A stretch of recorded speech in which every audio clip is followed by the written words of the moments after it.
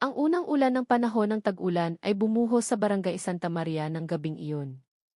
Sa gitna ng makapal na kadiliman, dinala ng hangin ang masangsang na amoy ng lansa mula sa malaking palaisdaan sa likod ng lumang bahay ni Don Samuel Bartolom. Ang kulay tsokoleteng tubig ng sapa ay dahan-dahang gumalaw, tila may itinatago sa ilalim ng ibabaw nito. Isang dambuhalang reptilya ang biglang lumitaw. Ang mga mata nito ay kuminang na parang pula sa liwanag ng kidlat. Bago ito lumubog muli sa putikan, mula sa loob ng bahay ay narinig ang lagitnit ng pinto. Pagkatapos ay blag, ang tunog ng isang mabigat na bagay na bumagsak sa sahig. Matapos iyon, nilamon ng katahimikan ang lahat. Tanging tunog na lang ng tubig na tumutulo mula sa bubong at ang amoy ng nabubulok na bagay na lalong tumatapang ang nandoon. Kinabukasan ng umaga, isang lalaking nagngangalang Aris Soriano ang dumating sa istasyon ng pulisya na namumutla ang mukha at nanginginig ang boses. Iniulat niya na ang kanyang asawang si Nadia Pascual ay nawawala at nag-iwan lamang ng isang pahiwatig, isang peres ng tsinelas. Ang isa rito ay punit na at nasa gilid ng kulungan ng mga buwaya. Sana sa pamamagitan ng panalangin, maging mas panatag ang ating mga puso at mapuno ng pagpapala ang ating buhay. Nang hapong iyon, ang langit sa itaas ng Barangay Santa Maria ay kulay abo. Mababang nakasabit ang makakapal na ulap, nilalamon ang araw na kalahating nakalubog na sa likod ng malawak na basang palayan. Itinabi ni Aris ang kanyang motorsiklo sa harap ng kanilang maliit na bahay. Ang kanyang hininga ay humahalo sa malamig na hamog. Matapos ang isang linggong pagtatrabaho sa proyekto ng paggawa ng kalsada sa Davao, sa wakas ay nakauwi na siya sa piling ng kanyang malambing na asawang si Nadia Pascual. Ngunit nang humakbang ang kanyang mga paalagpas sa bakal na gate na nagsisimula ng kalawangin, nakaramdam siya ng kakaiba sa kanyang puso. Walang tinig na sumalubong sa kanya. Karaniwan, naghihintay na si Nadia sa teras na may ngiti at isang tasa ng mainit na kape o tsaa. Ngayon, tanging tunog lang ng mga dahon ng saging na nagkikiskisan sa hangin ang naririnig. Ang tahimik ng bahay. Sobrang tahimik. Mahal, nakauwi na ako. Ang kanyang boses ay umalinggaw-ngaw ngunit walang sagot. Pilit na ngumiti si Aris, iniisip na baka nasa kusina lang si Nadia. Inilapag niya ang kanyang helmet sa mesa at naghubad ng sapatos. Ngunit habang naglalakad siya sa sala, lalong lumalakas ang kakaibang pakiramdam. Ang lahat ng gamit ay nasa ayos, malinis, pero walang senyales ng buhay. Ang cellphone ni Nadia ay nakalapag sa ibabaw ng tokador. Patay ang screen. Nandoon din ang kanyang pitaka, kasama ang mga gihi at pera. Nanginig ang kanyang puso. Hindi siya aalis nang hindi dala ang mga ito. Sa isip niya, ang bawat babae ay laging dala ang tatlong bagay, telepono, pitaka, at mahahalagang dokumento. Pero nandito ang lahat. Tumingin si Aris sa paligid. Ang tunog ng orasan sa dingding ay napakalakas. Tik-tak, tik-tak. Parang bumibilang ng oras. Lumabas siya sa bakuran sa likod. Tinawag niya ang pangalan ni Nadia, Nadia, nasaan ka? Tanging echo lang ng boses niya ang sumagot, na dinala ng hangin papunta sa direksyon ng kulungan ng buhaya ng kanyang biyenan na si Don Samuel Bartolom. Ang palaisdaan ay matatagpuan hindi kalayuan sa likod ng bahay ng kanyang biyenan. Malawak ito at napapaligiran ng mataas na bakod na kawad.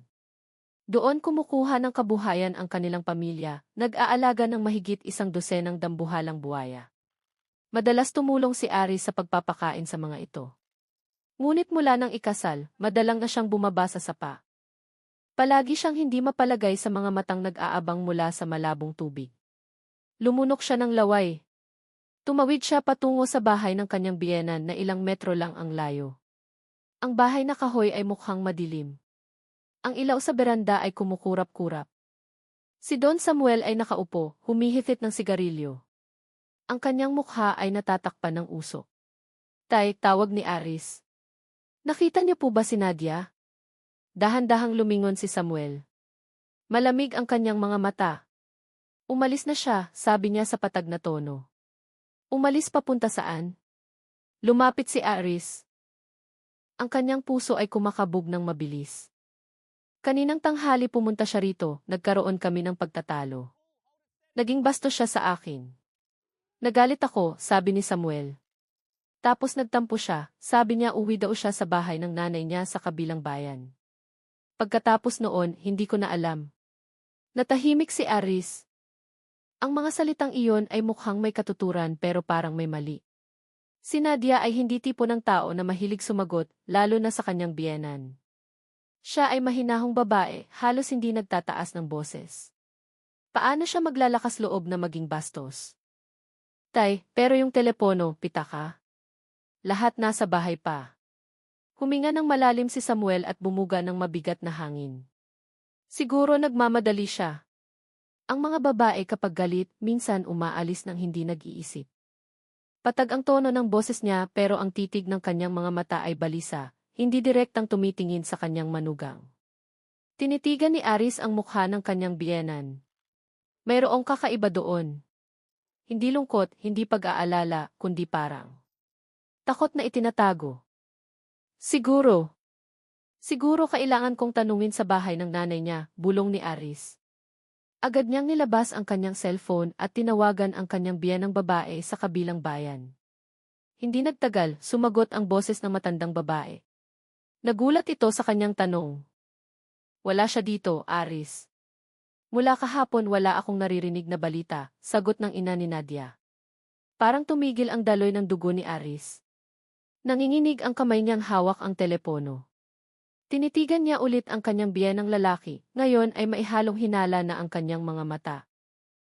Hindi siya pumunta sa bahay ng nanay niya. Katahimikan. Tanging huni ng mga kuliglig mula sa damuhan ang naririnig. Hindi sumagot si Samuel.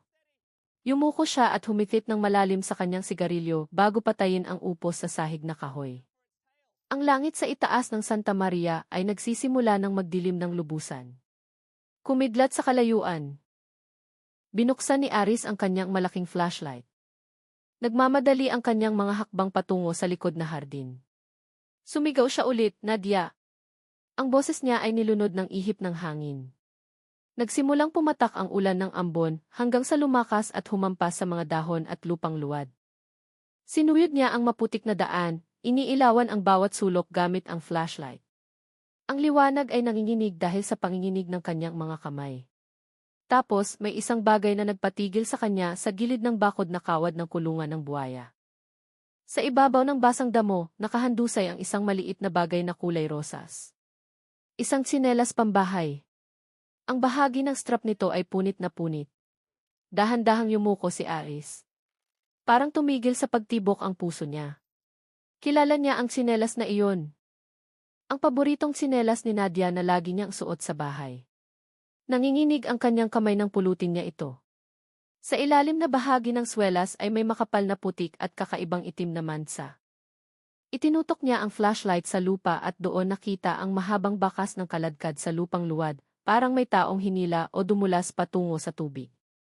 Nanigas si Aris habang ang kidlat ay gumuhit sa langit, iniilawan ang kanyang namumutlang mukha.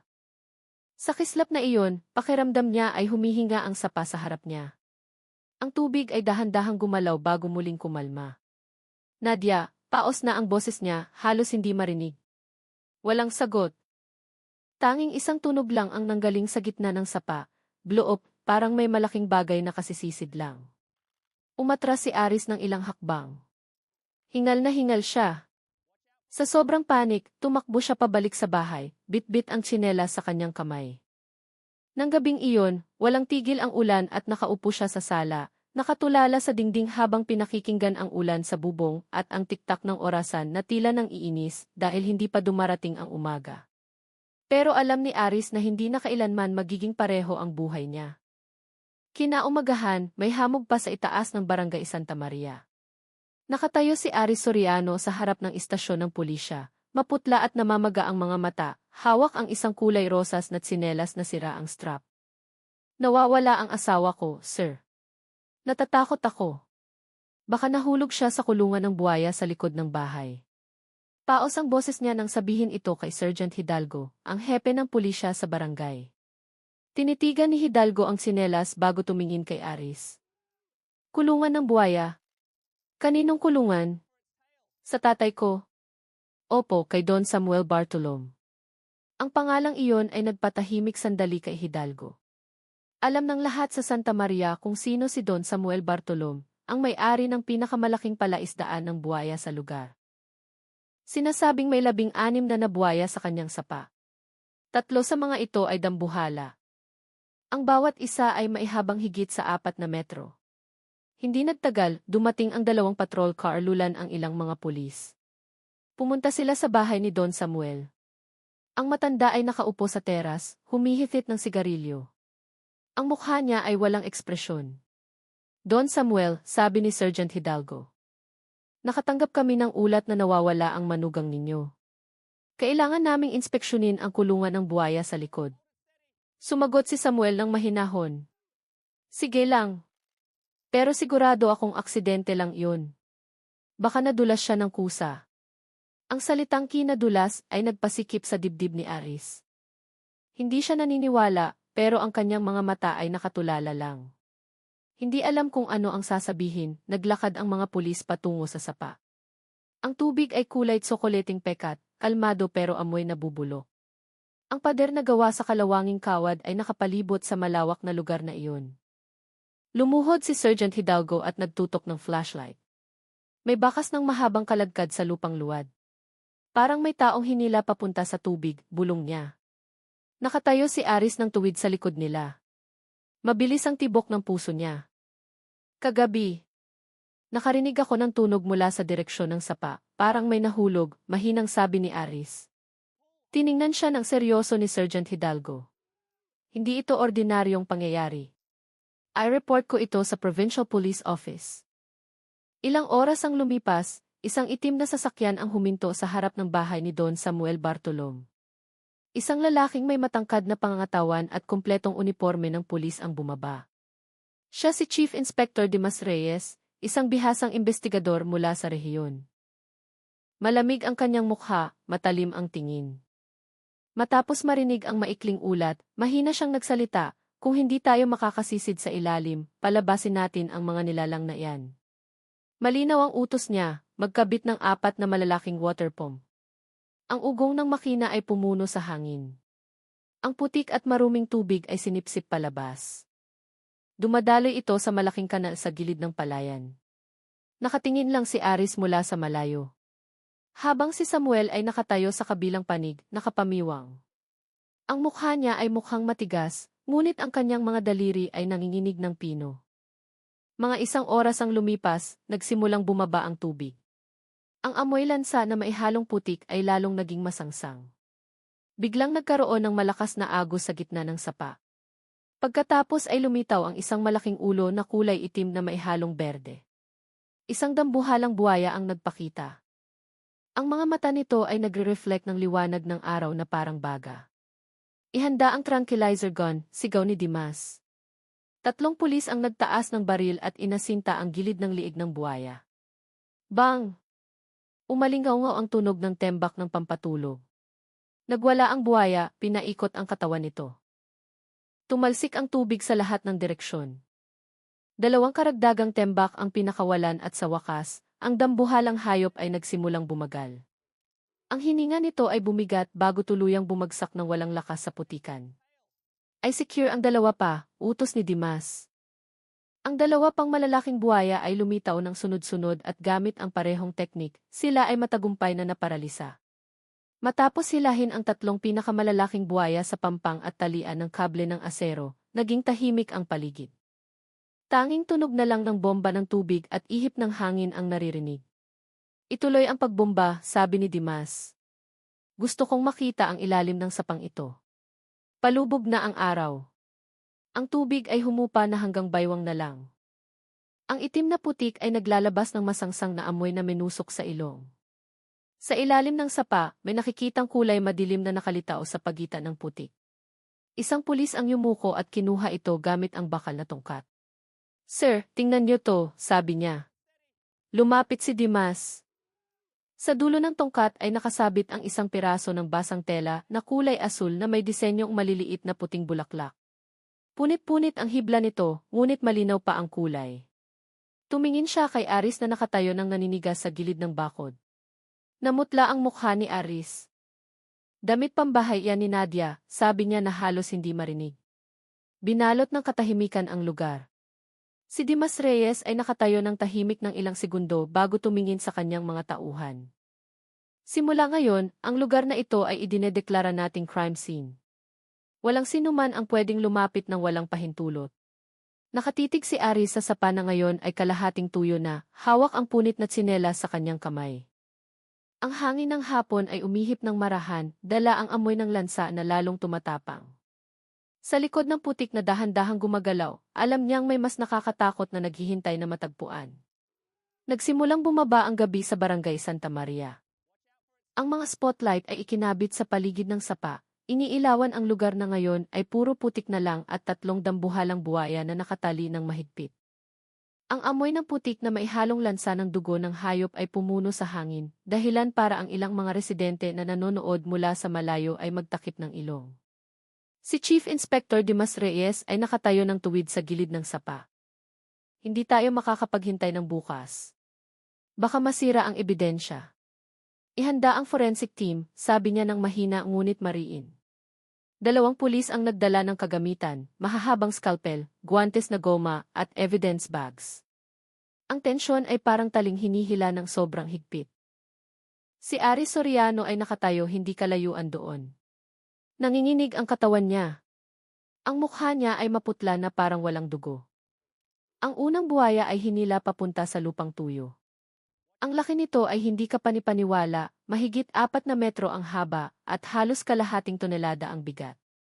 Nang buksan ang tiyan ng hayop, ang tunog ng paghiwa ng laman at ang baho ay sumalubong sa lahat. Isang pulis ang nagtakip ng bibig, pinipigilan ang pagsuka. Kumunot ang noo ni Dimas, dahan-dahang sinuri ang laman.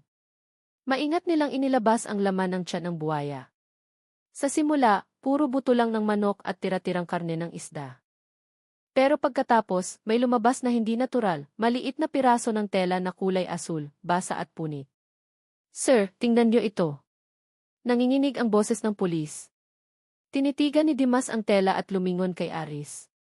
Ang mukha ng binata ay agad na naging maigting. Nakilala niya ang disenyong maliliit na bulaklak.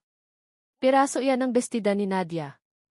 Ang katahimikan ay namayani ng ilang segundo bago nagbigay ng maikling utos si Dimas. Ituloy sa pangalawang buwaya. Ang pangalawang buwaya ay inihiga.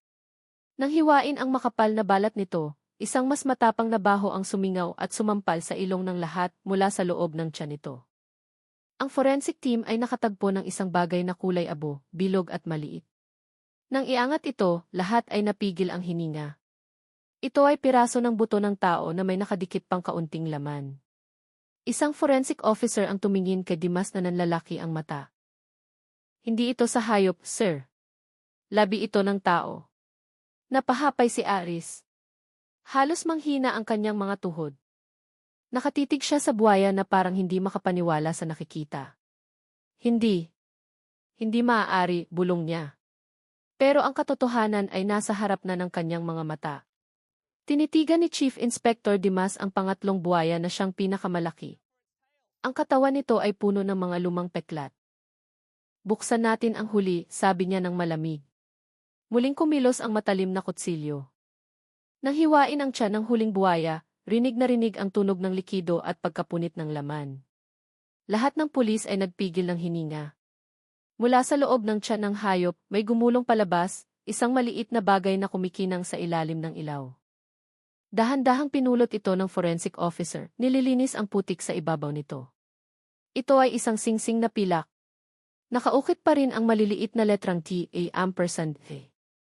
Napasigaw ng mahina si Aris. Nyaris na siyang bumagsak. Singsing namin yan sa kasal. Basag ang boses niya, nanginginig ang mga kamay ng walang kontrol.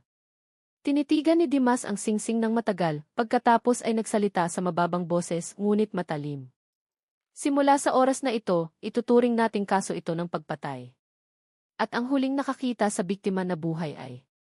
Tumigil siya sandali at tumingin ang diretsyo kay Don Samuel Bartolom na nakatayo sa gilid ng bakod. Ang mukha nito ay matigas na parang bato. Gumanti ng tingin si Samuel ng walang ekspresyon, pero ang mga mata niya ay nanginginig ng pino na parang may pinipigilan. Naglakad si Dimas palapit. Don Samuel, kailangan naming dalhin kayo sa istasyon para kunan ng pahayag. Sumagot si Samuel ng mahina, sinabi ko na, aksidente iyon. Ang mga buhayang ito ay talagang mababangis. Mababangis, sagot ni Dimas ng malamig. Pero ang mga buhaya ay hindi kayang magbukas ng bakod na kawad ng mag-isa, at hindi kayang maghila ng tao ng 3 metro papunta sa tubig nang walang ibang bakas ng paa. Nanahimik si Samuel. Tinitigan ni Aris ang kanyang ama. Pula ang kanyang mga mata, puno ng galit at luha. Anong itinatago ninyo? Sigaw niya. Sabi niyo nagalit kayo kay Nadia. Pero sabi niyo umalis lang siya. Ngayon ang singsing namin nasa tiyan ng buhaya. Magpaliwanag kayo. Naggitngit ang bagang ni Don Samuel. Wala akong alam, sabi niya ng malakas, pero nanginginig ang boses niya. Tinitigan siya ni Dimas ng tahimik bago senyasan ang 2 pulis. Si Don Samuel Bartolom ay dahan-dahang dinala patungo sa patrol car. Sa likuran, nakatayo pa rin si Aris na parang estatwa. Ang kanyang paningin ay nakapako sa 3 bangkay ng dambuhalang buhaya na ngayon ay tahimik at hindi na gumagalaw. Umihip ang hangin ng gabi. Maalinsangan, dala ang amoy ng putik, dugo at kamatayan. Sa ilalim ng mapusyaw na ilaw, mahinang sinabi ni Dimas sa kanyang mga tauhan, simula pa lang ito. Gusto ko ng pagsusuri sa dugo, tissue at lahat ng ebidensya ngayong gabi rin. Gusto kong malaman kung ano talaga ang nangyari sa bahay na iyon. At sa kalayuan, ang tunog ng kampana ng simbahan para sa orasyon ay umalingaw sa gitna ng hamog, tila naghahatid sa kaluluwa ng isang babaeng hindi na nakauwi. Kinaumagahan, ang lumang bahay ni Don Samuel Bartolome ay naging sentro ng investigasyon. Ang police line ay nakapalibot sa bakuran. Habang ang forensic team mula sa lungsod ay dumating dala ang kumpletong kagamitan.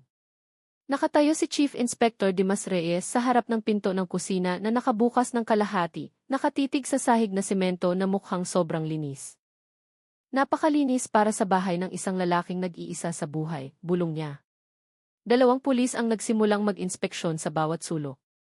Ang isa sa kanila, isang forensic expert na nagngangalang Rina, ay nagbukas ng portable ultraviolet light at pinatay ang lahat ng ilaw. Paggapang ng lilang ilaw sa sahig, may nagsimulang lumitaw. Mga malabong mansa na kulay asul na bumubuo ng hindi pantay na pattern. Yumuko si Rina. Nanigas ang mukha niya. Sir, dugo ito. Nahugasan na, pero nagre-react pa rin ang residue ng iron. Lumuhod si Dimas, tinitigan ang pattern ng mansa nang may malamig na tingin. Dito ang lugar, sabi niya ng mahina. Kung saan nagsimula ang lahat. Lumingon siya sa ibang pulis. Kumuha ng sample.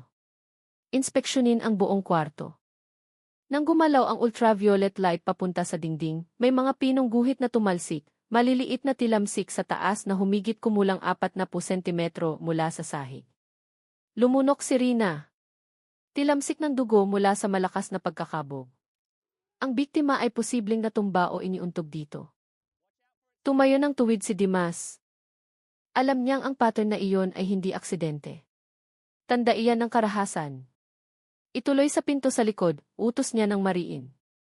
Ang lumang pintong kahoy na papunta sa likod bahay ay lumangit-ngit ng buksan. Isang pulis ang sumuri sa siwang sa pagitan ng hamba at tabla ng pinto. May naipit sa hibla ng kahoy. May isang hibla ng sinulid na kulay asul at puti. Inangat ito ni Rina gamit ang sipit, ipinasok sa plastic evidence bag, sinulid mula sa tela, posibleng napunit habang hinihila ang katawan ng biktima palabas, sabi niya. Tumingin si Dimas sa daanan sa labas ng pinto. Ang malabong bakas ng kalagkad ay diretso sa kulungan ng buhaya sa kalayuan. Ang hangin ng umaga na maalinsangan ay nagbalik ng amoy lansa na tila ayaw mawala. Nagsimulang magtugma ang lahat sa isip niya. Dugo sa kusina, tilamsik sa dingding, sinulid mula sa aso na bestida, bakas ng kalagkad papuntang sapa.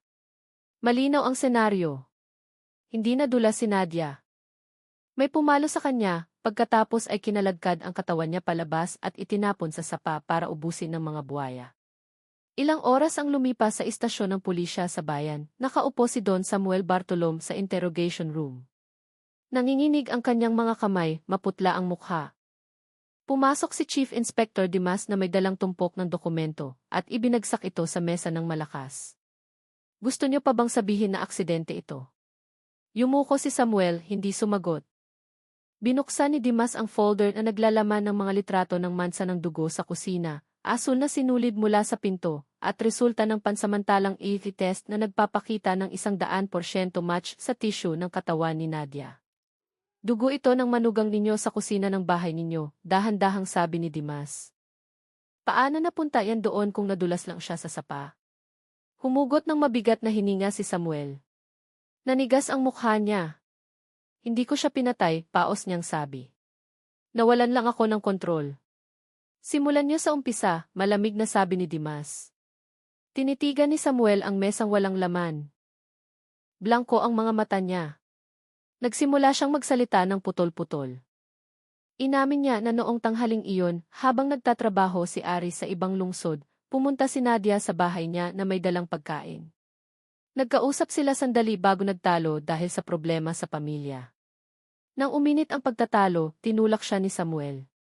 Tumama siya sa mesa, mahina niyang sabi. Tumama ang ulo niya. Nagpanik ako. Hindi ko alam ang gagawin ko. Hindi nagsalita si Dimas, nakatitig lang ng tahimik. Ipinagpatuloy ni Samuel. Pahina ng pahina ang boses niya. Inisip ko na kung itatapon ko ang katawan niya sa sapa, mawawala ang lahat. Ubusin siya ng mga buwaya. Yumuko siya, tinakpan ang mukha ng 2 kamay. Mahabang katahimikan ang bumalot sa kwarto.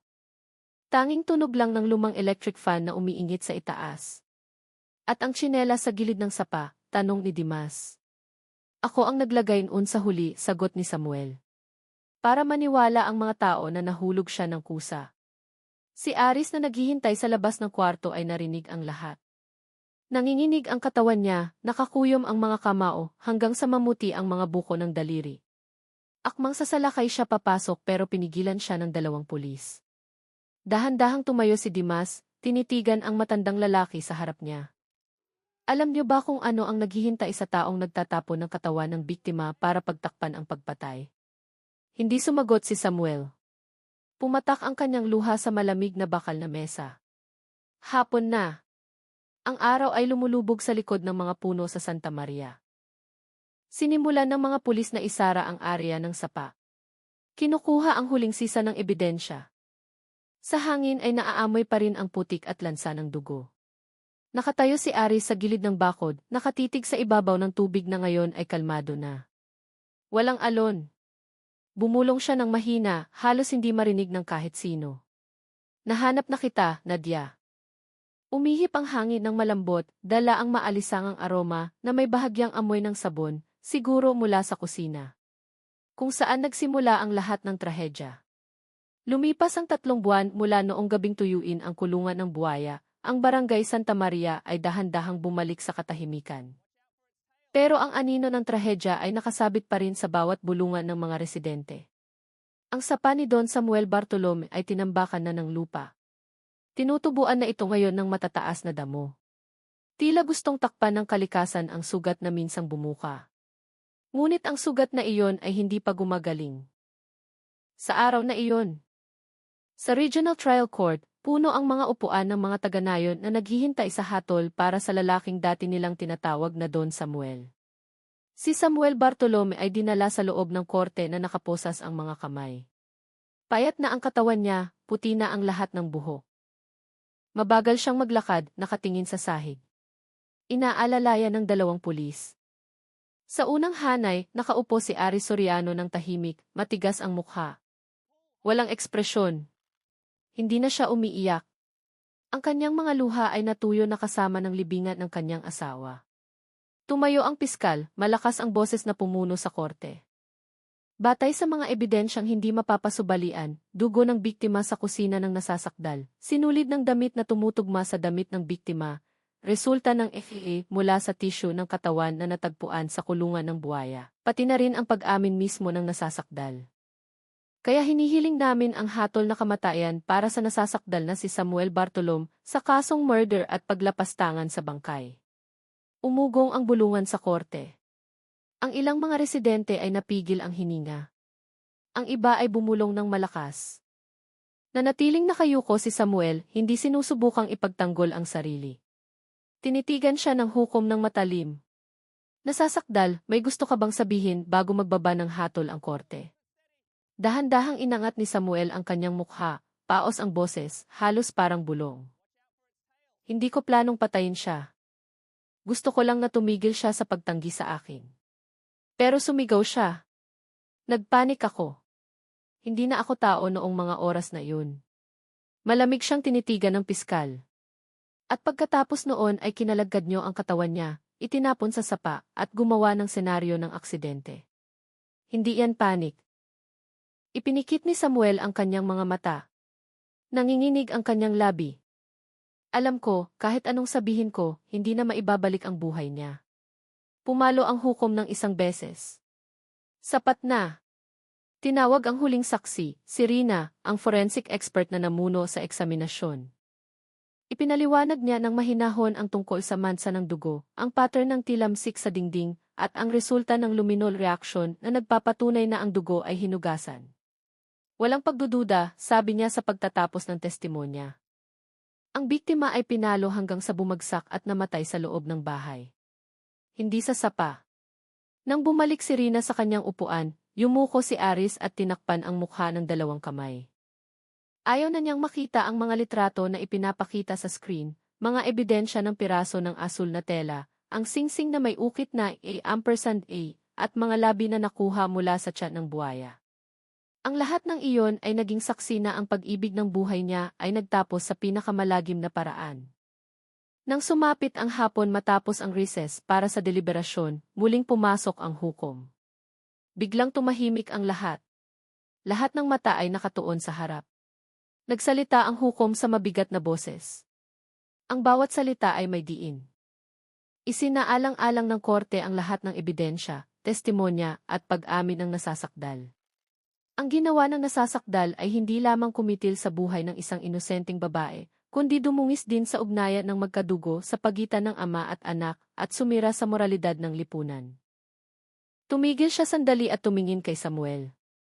Dahil dito, batay sa batas, ang korte ay nagpapataon ng hatol na kamatayan kay Samuel Bartolom.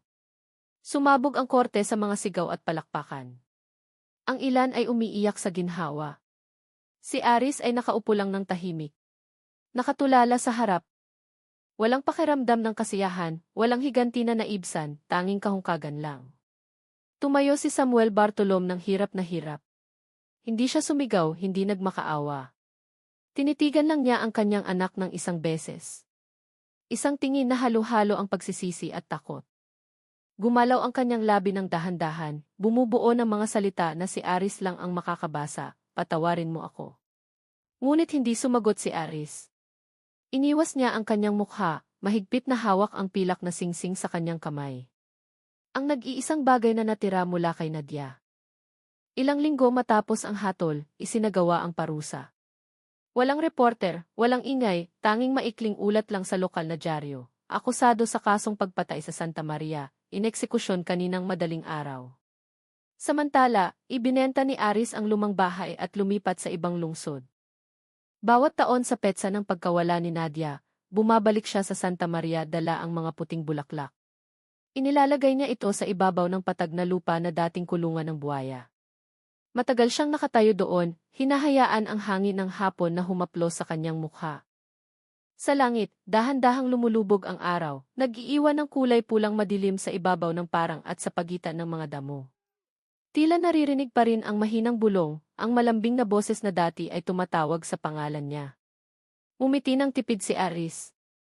Tumingin sa lupa at bumulong, pumanatag ka na, Nadia. Tapos na ang lahat. Mula nang mangyari ang eksekusyon kay Samuel Bartolom, ang barangay Santa Maria ay muling nalunod sa kakaibang katahimikan. Wala nang tunog ng tubig mula sa kulungan ng buwaya.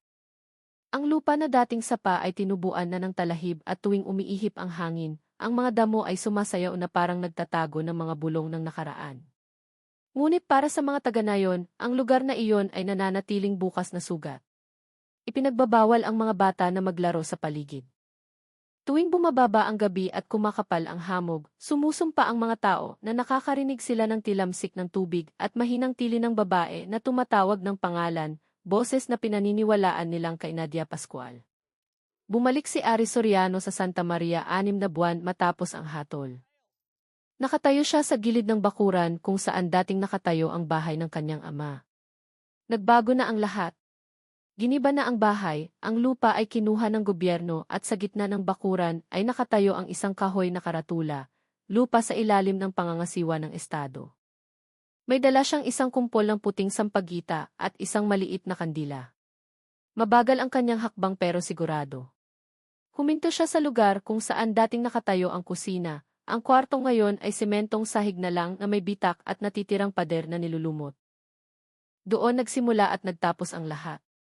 Sinindihan ni Aris ang kandila at yumuko. Patawad, ang boses niya ay halos hindi marinig.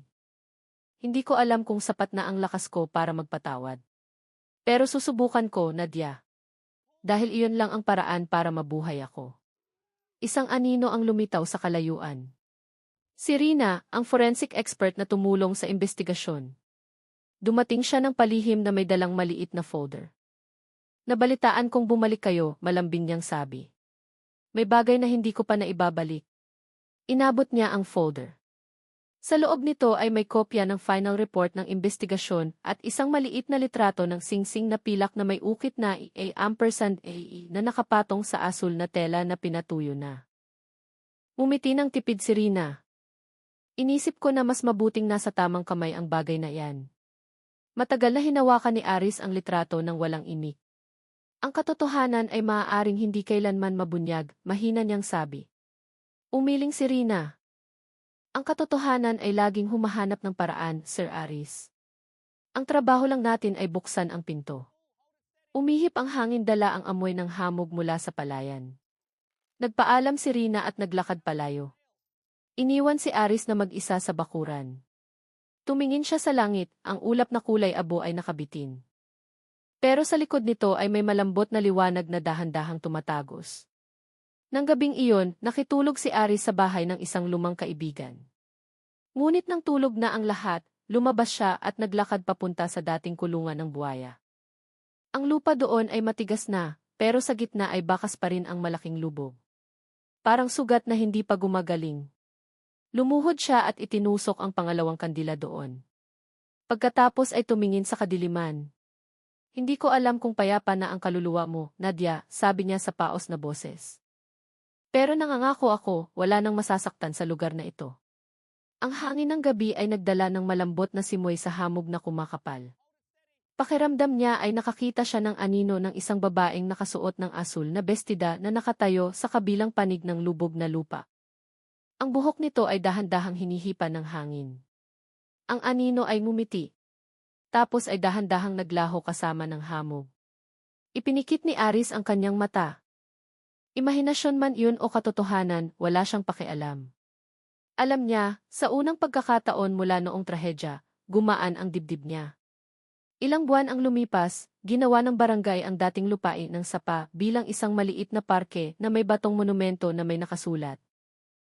Para sa alaala ng lahat ng biktima na walang tinig.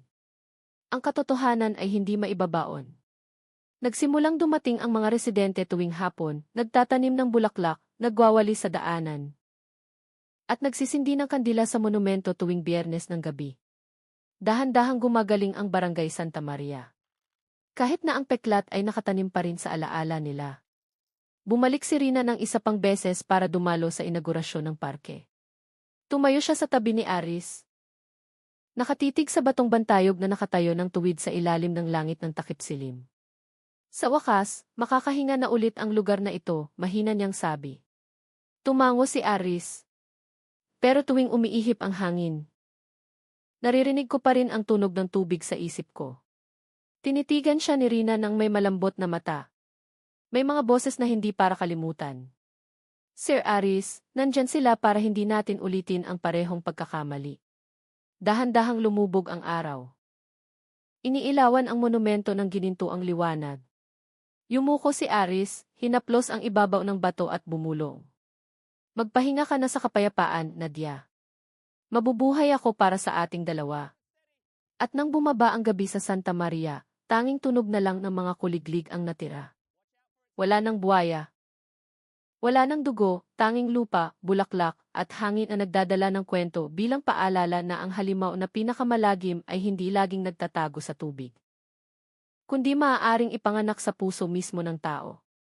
3 taon na ang lumipas mula noong trahedya na yumanig sa Barangay Santa Maria. Pinakalma na ng panahon ang sugat pero hindi binura ang alaala. Ang Memorial Park sa dating kulungan ng buwaya ay puno na ngayon ng sampagita at puting kalatsotsi. Tuwing dumarating ang tag-ulan, ang tubig ay sumisipsip sa lupa. Tila hinuhugasan ang sisa ng kasalanan ng nakaraan na naiwan pa sa ilalim nito. Si Aris Soriano ay nakatira na sa Davao. Nagtatrabaho sa isang maliit na talyer. Simple ang buhay niya, tahimik at hindi palakibo. Pero bawat taon tuwing Marso, lagi siyang bumabalik sa Santa Maria. Hindi kailanman lumiliban, hindi kailanman nakakalimot sa petsang iyon. Ang petsang nagpabago sa buhay niya habang buhay. Sa araw na iyon, dumating siya ng pasado 4:00 ng hapon. Ang langit ay kulay abong malambot. Ang hangin ay may amoy ng basang lupa. Sa kamay ni Aris, may isang kumpol ng bagong pitas na sampagita at isang maliit na kandila. Tinahak niya ang daang lupa patungo sa parke, kung saan may nakatayong batong monumento sa gitna. Sa ibabaw nito ay nakasulat, "Ang katotohanan ay hindi lulubog." May ilang residente na nakakakilala pa rin sa kanya. Binabati nila siya ng may paggalang pero hindi masyadong nagsasalita. Sa mata nila, si Aris ay hindi lang basta taong nawalan ng asawa.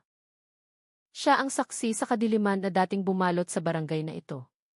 Yumuko siya sa harap ng monumento, inilagay ang bulaklak at sinindihan ang kandila. Ang maliit na apoy ay sumayaw ng dahan-dahan sa ihip ng hangin. 3 taon na, Nadia.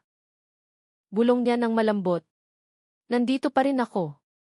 Binalot ng katahimikan ang parke. Tanging tunog ng tuyong dahon na nagkikiskisan at tubig na tumutulo mula sa bubong ng guardhouse ang naririnig. Pumikit si Aris.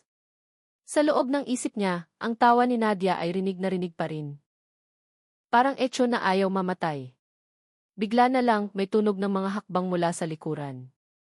Lumingon si Aris at nakita ang isang batang lalaki na mga 8 taong gulang na nakatayo doon, ay hawak na ligaw na bulaklak. Tito Aris, tanong nito ng mahina. Sabi ni nanay, kayo daw po ang nakahuli sa halimaw na buwaya. Umiti ng tipid si Aris. Hindi ako ang nakahuli sa halimaw, iho. Ang halimaw na iyon, sinira niya ang sarili niya. Inilagay ng bata ang maliit na bulaklak sa paanan ng monumento. Sabi ni nanay, dapat daw alagaan ang lugar na to para wala ng halimaw ulit. Tumango si Aris. Tama ang nanay mo. Ang lugar na ito ay paalala na ang tao ay pwedeng maging mas mabangis pa sa hayop kapag madilim ang puso niya. Matagal siyang tinitigan ng bata bago nagtanong, Tito. Kung naparusahan na iyong masamang tao, bakit malungkot pa rin kayo? Ang tanong na iyon ay nagpatahimik kay Aris. Tiningnan niya ang kandila na ang apoy ay nagsisimula ng lumitaw dahil papadilim na. Dahil ang parusa ay hindi laging nagbubura ng pagkawala. Minsan, ang natitira na lang ay alaala. Tumango ang bata ng walang muwang, tapos ay tumakbo paalis papunta sa daan ng barangay. Iniwan si Aris na mag-isa ulit. Nagsisimula ng dumilim ang paligid. Ang hangin ay nagdala ng amoy ng unang ulan ng panahong iyon. Tiningnan ni Aris ang paligid ng parke. Ang berdeng damo ay sumasayaw. Ang mga puting bulaklak ay nagre-reflect ng malamlam na liwanag mula sa kandila. Bigla, sa pagitan ng kaluskos ng mga dahon, nakarinig siya ng malabong tunog. Hindi boses ng tao, hindi rin boses ng hayop. Mas parang malambot na bulong, mahina pero malinaw, Aris.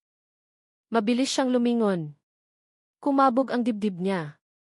Walang tao. Pero ewan kung bakit, nakaramdam siya ng kapayapaan. Siguro hangin lang, siguro may iba pa.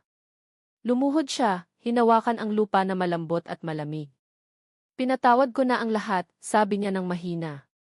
Kasama na ang sarili ko. Dahil hindi kita na ipagtanggol. Dahan-dahang bumuhos ang ulan, binalot ang buong parke. Namatay ang kandila. Pero nanatiling nakaupo si Aris doon, hinahayaan ang tubig na basain ang mukha niya, luha at ulan na naghahalo ng walang hangganan. Nang tuluyang bumaba ang gabi, tumayo siya at tinitigan ang batong monumento ng isa pang beses bago naglakad paalis. Sa likuran niya, nanatiling tahimik ang parke, tanging nailawan ng kidlat sa malayong kanluran. At siguro, sa ilalim ng lupa na dating kulungan ng buhaya. Ang kaluluwa ni Nadia ay payapa na dahil wala ng lihim, wala ng galit, tanging dasal at pag-ibig na lang ang naiwan. Humakbang siya patungo sa daan ng nayon. Ang bawat hakbang ay magaan na parang ang bigat ay dahan-dahang naalis. Sa kalayuan, ang tunog ng kampana ng simbahan o katahimikan ng gabi ay dahan-dahang pumuno sa hangin. Malambot pero malinaw. Umiti siya, tumingala sa langit ng Santa Maria na nababalot ng ulan at bumulong, "Paalam, Nadia. Sa pagkakataong ito, uuwi na talaga ako." Nang gabing iyon, walang tigil ang ulan. Pero sa maliit na parke sa Santa Maria, ang kandilang namatay kanina ay biglang umapoy muli. Kahit walang hangin, walang kamay na nagsindi nito. Ang maliit na apoy ay nakatayo ng tuwid sa harap ng batong monumento bilang tanda na ang pag-ibig. Kahit tumigil sa mundo, ay hindi kailanman tuluyang namamatay. Kinaumagahan, matapos ang malakas na ulan, ang hangin sa Santa Maria ay sariwa sa unang pagkakataon sa loob ng ilang taon. Ang langit ay asul na asul at sa itaas ng Memorial Park ay may bahaghari na nakabentang mula sa dulo hanggang dulo. Nagre-reflect ng kulay sa ibabaw ng damo na basa pa. Isang matandang tagapag-alaga ng parke, si Mang Seno, ang dumating ng mas maaga kaysa sa karaniwan. May dala siyang walis tingting at plastic bag para linisin ang mga lantang bulaklak. Pero pagdating sa harap ng batong monumento, tumigil ang kanyang mga hakbang. Doon, ang maliit na kandilang inilagay ni Aris kagabi ay umaapoy pa rin. Ang apoy ay matatag. Kahit na bumuhos ang malakas na ulan buong magdamag. Natigilan si Mang Seno ng ilang segundo bago dahan-dahang lumuhod. "Diyos ko," bulong niya. Kahit hangin hindi ito napatay. Hindi siya naglakas loob na hawakan ang kandila. Yumuko lang siya bilang paggalang, tapos ay nagsimulang magwalis ng dahan-dahan sa paligid ng monumento. Tuwing kumikiskis ang walis sa lupa, ang amoy ng sampagita ay lalong tumatapang. Tila ang mga bulaklak na nakatanim doon ay sabay-sabay na namukadkad. Samantala, sa likulikong daan ng barangay, naghahanda na si Aris Soriano na lisanin ang Santa Maria. Naglalakad siya patungo sa maliit na terminal sa dulo ng kalsada. Isang simpleng backpack sa balikat, matatag ang kanyang hakbang. Walang pag-aalinlangan tulad noon. Sa kanto, isang babaeng nasa katanghaliang gulang ang tumawag sa kanya. "Sir Aris, sandali lang." Lumingon si Aris. Si Aling Varing pala, ang may-ari ng tindahan malapit sa tulay. Ang taong dating madalas magbigay ng libreng gulay kay Nadia. May dala ang babae na maliit na balot. Kaunting pasalubong. Banana chips, bagong luto kaninang umaga. "Nabalitaan kong aalis na naman kayo." Tinanggap ni Aris ang balot ng may mainit na ngiti. "Salamat, Aling Varing. Babalik ako kapag tamang panahon na." Tumango si Aling Varing. "Hindi makakalimot ang nayon na ito sa inyo, sir. Kung hindi dahil sa inyo at sa pulis na iyon, baka hindi lumabas ang katotohanan." Tumingin si Aris sa paligid, sa berdeng palayan, sa mga punong sumasayaw. Tunog ng manok sa kalayuan. Lahat ay mukhang payapa. Malayo sa madidilim na araw noong nakaraang 3 taon. "Ang ginawa ko lang ay isang bagay, Aling Varing," mahina niyang sabi. "Hanapin ang katotohanan para sa taong mahal ko." Ngumiti ang babae at tumalikod para umalis. Nang dumating ang lumang bus papuntang Davao, sumakay si Aris at umupo sa likurang bahagi. Tumingin siya sa labas ng bintana habang dahan-dahang lumalayo ang daan ng nayon. Ang mga puno ay napalitan ng mga hilera ng bahay. Pagkatapos ay malawak na parang. Sa bulsa ng kanyang jacket, ang singsing na pilak na may ukit na EA ay nakatago pa rin ng maayos. Malamig pero nakakakalma. Bumiyahe ang bus lagpas sa maliit na tulay. Sa ilalim nito, ang ilog ay kumikinang sa tama ng liwanag ng umaga. Pumikit si Aris. Sa isip niya, muli niyang nakita ang mukha ni Nadia na nakangiti ng malambot tulad noon. Bago nagtapos ang lahat. "Malaya ka na ngayon," bulong niya. "Ganoon din ako." Gumaan ang puso niya. Wala nang galit, wala nang pagsisisi, tanging alaala na ngayon ay naging lakas na. Ilang oras ang lumipas. Nakatanggap si Chief Inspector Dimas Reyes ng sulat sa kanyang opisina sa Davao. Sulat na walang opisyal na letterhead, tanging simpleng sulat kamailang. Sir Dimas, salamat dahil ipinaglaban ninyo ang hustisya para sa asawa ko. Magsisimula ako ng bagong buhay. Pero hindi ko makakalimutan ang itinuro ninyo. Na ang kasamaan ay maaaring itago, pero ang katotohanan ay laging mahahanap ang daan nito. Aris Soriano. Binasa ni Dimas ang sulat ng walang boses. Napangiti siya ng maliit. Pagkatapos ay maingat na tinupi ito at inilagay sa drawer, kasama ng mga litrato ng lumang kaso. Kahit paano, isang kaluluwa ang nakahanap ng kapayapaan, bulong niya. Nang sumapit ang hapon sa Santa Maria, binabantayan pa rin ni Mang Seno ang parke. Ang kandila ay sa wakas namatay ng kusa. Matapos mag-apoy ng higit sa 24 oras. Pero sa lugar kung saan nakatayo ang kandila, ang tulo ng wax ay bumuo ng kakaibang hugis na kahawig ng maliit na puso. Ang mga taga-nayon na dumadaan ay humihinto para tingnan ito. Nagbubulungan ng mahina. Sabi nila, pahiwatig iyon na payapa na ang kaluluwa niya. Siguro ang pag-ibig nila ay tinanggap na sa langit. Lumubog ang araw sa likod ng mga puno. Ang huling kulay kahel na liwanag ay tumalbog sa ibabaw ng batong monumento. At sa isang saglit, sa ibabaw ng bantayog ay nakita ang malabong anino, dalawang silweta na nakatayo ng magkatabi. Isang lalaki at isang babae. Pagkatapos ay dahan-dahang naglaho kasama ng liwanag ng takip silim. Bumaba ang gabi, muling umihip ang hangin sa parke.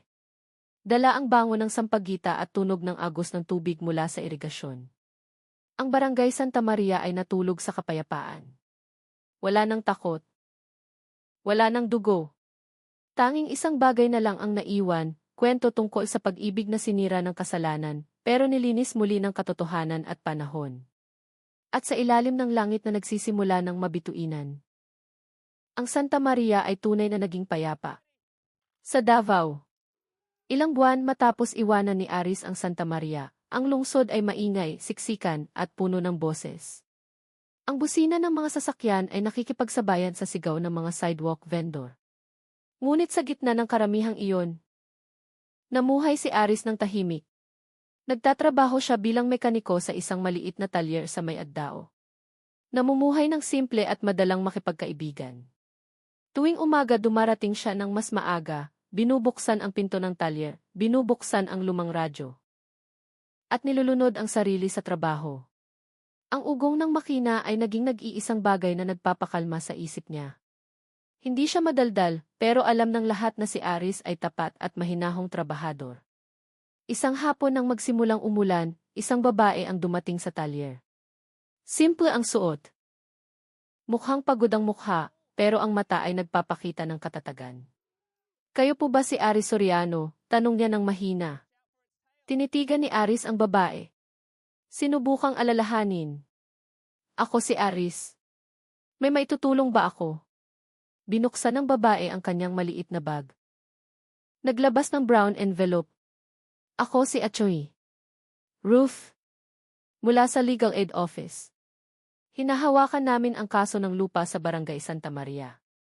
Lumabas ang pangalan ninyo sa lumang dokumento. Kailangan ko ang pahayag ninyo tungkol sa lupain ng dating palaisdaan na dating hawak ng pamilya ninyo. Natahimik si Aris sandali. Ang pangalang Santa Maria ay kaya pa ring tumusok sa dibdib niya parang lumang tinik. Tinitigan niya ang envelope nang hindi binubuksan. Paumanhin. Wala na akong pakialam sa lugar na yan. Tumango si Atty.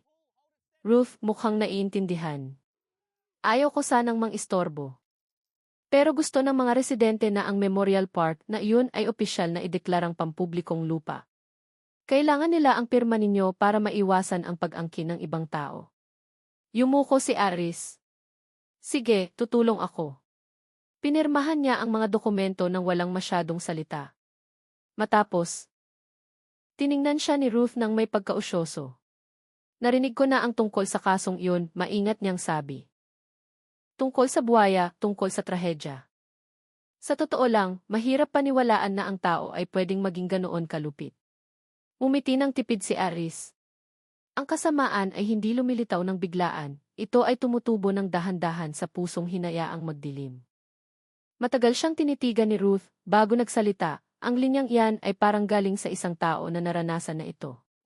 Hindi sumagot si Aris. Tumingin lang siya sa labas ng talyer, kung saan nagsisimula ng magdilim ang langit. At ang mga ilaw sa kalye ay isa-isang bumubukas. Nagpaalam si Ruth. Iniwan si Aris na mag-isa kasama ang isip niyang umiikot.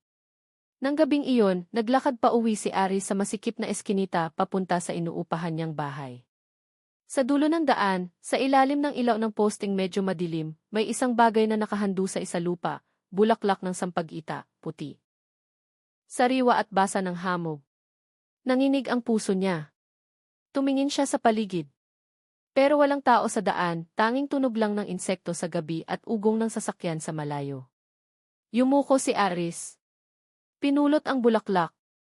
Ang malambot na bango nito ay nagbalik ng alaala niya sa Santa Maria. Sa Memorial Park. Sa huling gabi sa harap ng batong monumento. Hinawakan niya ang bulaklak ng mahigpit at naglakad ng mabilis pa uwi. Pero nang bubuksan na niya ang pinto, tumama ang mata niya sa isang bagay sa sahig, isa pang tangkay ng sampag-ita. Parehong-pareho. Nakalagay mismo sa tapat ng pintuan. Nanigas si Aris. Napigil ang hininga niya. Sino ang naglagay nun doon? Walang bakas ng paa. Walang tunog ng hakbang, tanging bango ng sampagita na pumupuno sa hangin. Malambot pero nanunuot. Tumingin siya sa langit na madilim, humugot ng malalim na hininga. Nadia, ikaw ba yan? Bulong niya. Pero walang sagot. Tanging hangin ng gabi ang dumaan ng dahan-dahan. Sa mga sumunod na araw, ang mga bulaklak ng sampagita ay patuloy na lumilitaw sa mesa ng trabaho niya, sa upuan sa talyer. Minsan sa ibabaw ng motor na inaayos niya. Bawat pagkakataon, sariwa ang bulaklak, tila kapipitas lang. Sinubukan ni Aris na ipagsawalang bahala, pero sa loob ng puso niya, alam niyang may gumagabay sa kanya. Siguro nagkataon lang o siguro isang uri ng pahiwatig. Hanggang sa isang gabi nang umuwi siya ng hating gabi, nakita niya ang isang batang babae na nakatayo sa harap ng bahay niya. Mahaba ang buhok, maputla ang mukha, at sa kamay nito ay may bulaklak ng sampag-ita. Tito Aris, malambot ang boses nito. Ang bulaklak na to, galing sa Santa Maria. Nagulat si Aris. Sino ka? Sino ang nag-utos sa'yo na pumunta dito? Ngumiti ng malabo ang bata. Sabi niya salamat daw kasi tinupad ni Tito ang pangako. Bago pa makalapit si Aris, umihip ang hangin ng malakas. Ang maliit na kandila sa teras ng bahay na kakasindilang ay namatay. At nang bumalik ang liwanag, wala na ang bata. Ang natira na lang ay ang bulaklak ng sampagita na nahulog sa sahig. Sariwa pa at mabango.